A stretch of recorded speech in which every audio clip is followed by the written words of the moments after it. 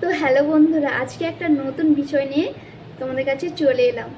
তো আজকের বিষয়টা কি সেটা থাম্বনেল দেখে অবশ্যই একটু বুঝতে পারছো যে কি বিষয় আজকে ভিডিও হতে চলেছে। আমার যে মেন প্রবলেম, কেন মানি আসছে না, সেই প্রবলেমে তোমাদের সাথে একটু শেয়ার করতে চাই। আর ভিডিওটা করো না, স্কিপ করলে অনেক কিছু মিস করবে। আর হ্যাঁ, প্রথমেই বলে দিই যে আমার ভিডিও তোমাদের আশীর্বাদ এত ভিউজ পাওয়ার পরও কেন আমি এখনই ইনকাম করতে পারছি না, কি কি মানে ভুল আমি করেছি ইউটিউব থেকে যাতে তোমরা না করো, তাই তোমাদেরকে জানিয়ে দিলাম যে আমার মতন ভুল কিন্তু করবে না। আমি ফার্স্ট ইউটিউব না বুঝেই কিন্তু ইউটিউবে ভিডিও করতে চলে এসেছিলাম। দ্বিতীয় হচ্ছে আমি ইউটিউবের কোনো সেটিংই করিনি।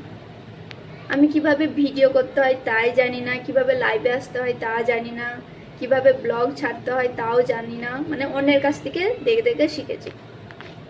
আর দ্বিতীয় কথা কি বলতো, ওয়াইটি স্টুডিও কি তাও জানতাম না, মানে না জেনে বুঝেই আমি ভিডিও করতে এসেছিলাম কিনা ইউটিউব থেকে আমি ইনকাম করব। ওয়াইটি স্টুডিও আর্নিং নিয়ে কীভাবে ভিউজ দেখা যায়, কিভাবে ওয়াচ টাইম দেখা যায়, কীভাবে সাবস্ক্রাইব দেখা যায় তাও জানতাম না।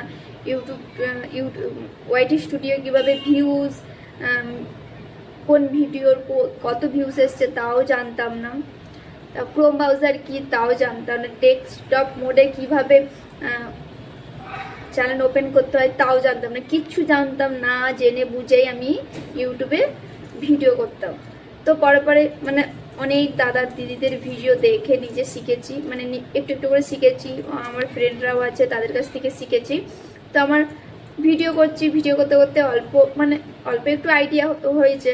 ভিডিও করতে করতে ভিউজ, মানে তোমাদের আশীর্বাদে ভিউজ অল্প অল্প পাচ্ছিলাম। তারপর আমার সাবস্ক্রাইবার কমপ্লিট হলো। একটা কনফিউজের মধ্যে ছিলাম, কমপ্লিট তো হয়ে যাচ্ছে কিন্তু 1000 সাবস্ক্রাইবার পূর্ণ হলেই শুনেছি টাকা পাওয়া যায়, কিন্তু এখন কই, আমার তো এসছে না। আমার একটা প্রবলেমে পড়ে গেছিলাম।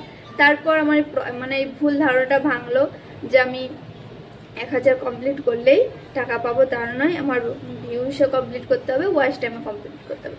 তো আবার একটা প্রবলেম, সেটা কি না, আমার ওয়াচ টাইম এতটুকু উঠে না, মানে ভিউজ, শর্ট ভিডিওর যে ভিউজ তার এতটুকু, ওয়াইটি স্টুডিওর যে আর্নিং অপশানের যে ভিউজ দেখা যায়, মানে ওয়াচ টাইম ভিউজ, তার এতটুকু আমি দেখতে পাইনি। তো একটা বড় প্রবলেম। সে বড় প্রবলেম থেকে কীভাবে সলভ হলাম সেটাই তোমাদের কাছে শেয়ার করব। সেটা হচ্ছে কি বলতো, আমি ব্লগ ভিডিও ছেড়েই আমার এই প্রবলেমটা সলভ হয়েছে। তোমরা বড় ভিডিও আমার দেখছো, তার জন্য আমার এই বড় প্রবলেমটা সলভ হলো। আশা করছি তোমরাও কেউ না কেউ এরকম প্রবলেমের মুখোমুখি হয়েছ। আর যদি এরকম প্রবলেম মানে ফেস করে থাকো অবশ্যই কমেন্ট করে জানিও। আর তোমাদের প্রবলেম কিভাবে সলভ হলো তাও আমার নিও, অবশ্যই আমারও হেল্প হবে। আমিও সেইভাবে কিন্তু মানে ভিডিও বানাবো, যাতে আমারও আরও মানে ওয়াচ টাইমের ভিউজটা কমপ্লিট হয়। তো আজকের ভিডিও এখানেই শেষ করলাম।